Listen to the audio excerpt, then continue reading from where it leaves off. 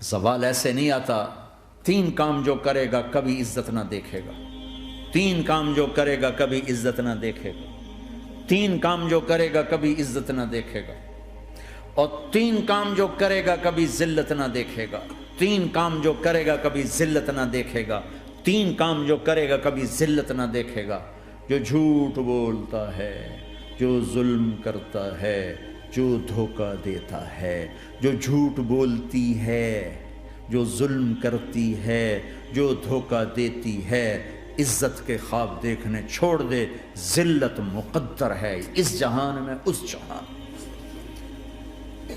قوم ہو، فرد ہو، عورت ہو، مرد ہو، ظلم ہے، جھوٹ ہے، دھوکہ ہے، رب ذوالجلال کی قسم ذلت کے سوا کچھ نہ ملے گا. جو سچ بولتا ہو، جو عدل کرتا ہو، جو دیانتدار ہو، اس کے لیے عزت مقدر ہو گئی، ہو گئی، ہو گئی.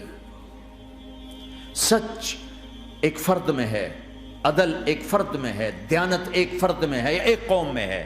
انہیں عزت دینا یقینی ہو گیا. میرا اللہ انہیں دے کے رہے گا، چاہے وہ اللہ کو مانتے ہیں چاہے اللہ کا انکار کرتے ہیں. آگے آخرت کا مسئلہ الگ ہے. یہاں قوم، فرد، قبیلہ، کوئی مذہب، پتھر کا پجاری، آگ کا پجاری سچ بولتا ہے، ظلم نہیں کرتا، دیانتدار ہے، اللہ کی قسم اللہ اسے عزت کی زندگی دے گا.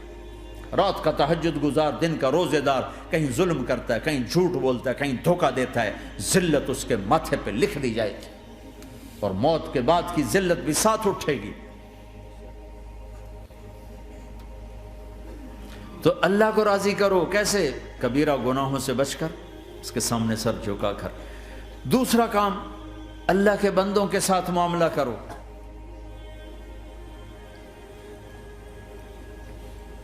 سارا معاملہ 2 حدیثوں میں بتا دیتا ہوں. 2 حدیثوں کہ یہ 2 کام کر لو، ساری دنیا کے محبوب بن جاؤ گے، تمہارے گھر جنت بن جائیں گے، میاں بیوی میں محبت قائم ہو جائے گی، ساس بہو میں محبت ہو جائے گی، باپ بیٹے میں محبت ہو جائے گی، ماں بیٹی میں محبت ہو جائے گی، بھائی بھائی میں محبت ہو جائے گی.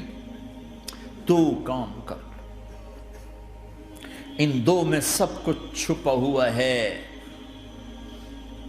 میرے نبی نے فرمایا معاذ الا انبئک بملاک ھذا کلہ. پوری حدیث. معاذ بن جبل نے کہا یا رسول اللہ کچھ جنت کے جانے کا راستہ تو بتائیں، جنت میں جانے کا راستہ تو بتائیں. انبئنی بعمل یدخلنی الجنہ. صاحب نے کہا سألت عن امر عظیم، بہت بڑی باتوں نے پوچھی ہے.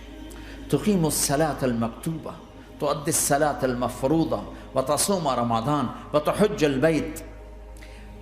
معاذ نماز پڑھنا، روزہ رکھنا، زکوٰۃ دینا اور حج کرنا. پھر آپ نے فرمایا ان شئت انبأتک بابواب الجنت. اب اگر تو چاہے تو کچھ اور بتاؤں، جنت کے دروازے بتاؤں؟ کہ جی بتائیں. کہ الصوم جنہ، روزہ جہنم اور تیرے درمیان بیچ میں رکاوٹ بن جائے گا. الصدقۃ تطفئ الخطیہ، چھپ چھپ کے اللہ کے نام پہ دینا تیرے گناہوں کو دھو دے گا، پاک کر دے گا. وقیام الرجل فی جوف اللیل ابتغاء وجہ اللہ، اور رات کے اندھیرے میں کھڑے ہو کر اللہ سے باتیں کرنا. 2 نفل ہی پڑھ لیا کرو، کسی مرد عورت کا رات کے اندھیرے میں کھڑے ہو کے. پھر آپ نے کہا معاذ الا انبئک براس الامر وعمودہ وذروۃ سنامہ وبملاک ھذا کلہ. اے معاذ میں تمہیں اب سارے دین کا خلاصہ بتاؤں، سارے دین کا سرا بتاؤں، ستون بتاؤں، ایک روایت کے مطابق ستون بتاؤں، آخری چیز بتاؤں، آخری چیز بتاؤں. کہا جی ما ہوا جی تو مجھے دیکھنا سارے بھائی. تو آپ نے اپنی زبان نکالی اور اسے یوں پکڑا،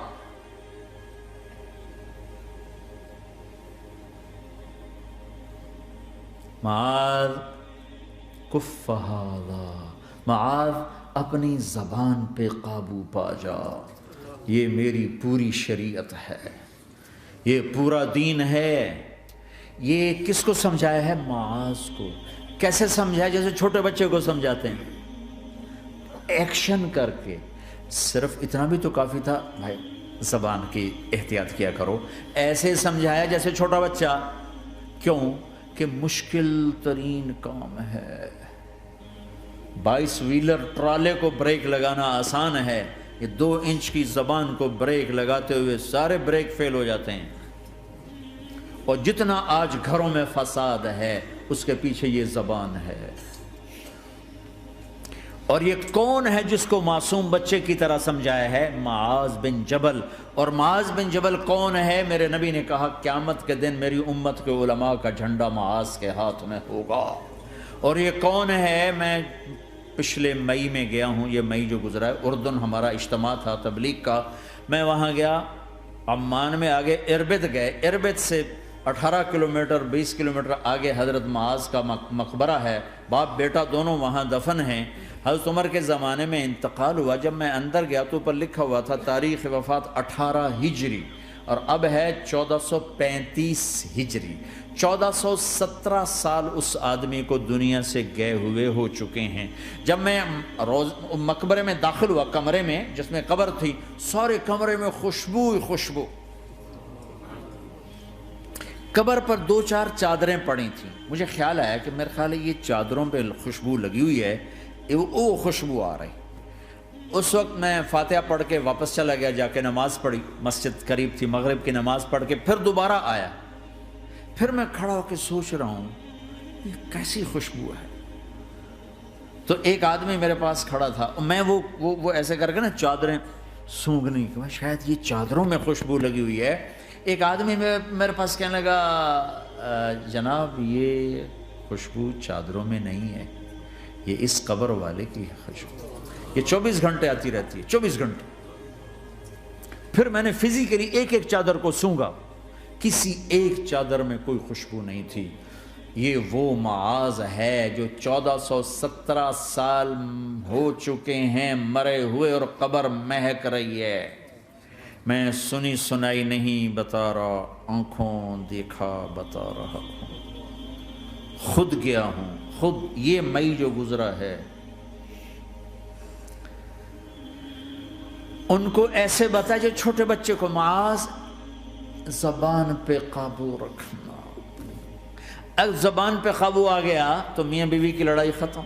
اگر یہ تو ہو نہیں سکتا کہ اونچ نیچ نہ ہو، کبھی خامن تیز ہوگا تو بیوی زبان پہ قابو پا لے، کبھی بیوی تیز ہوگی خامن زبان پہ قابو پا لے۔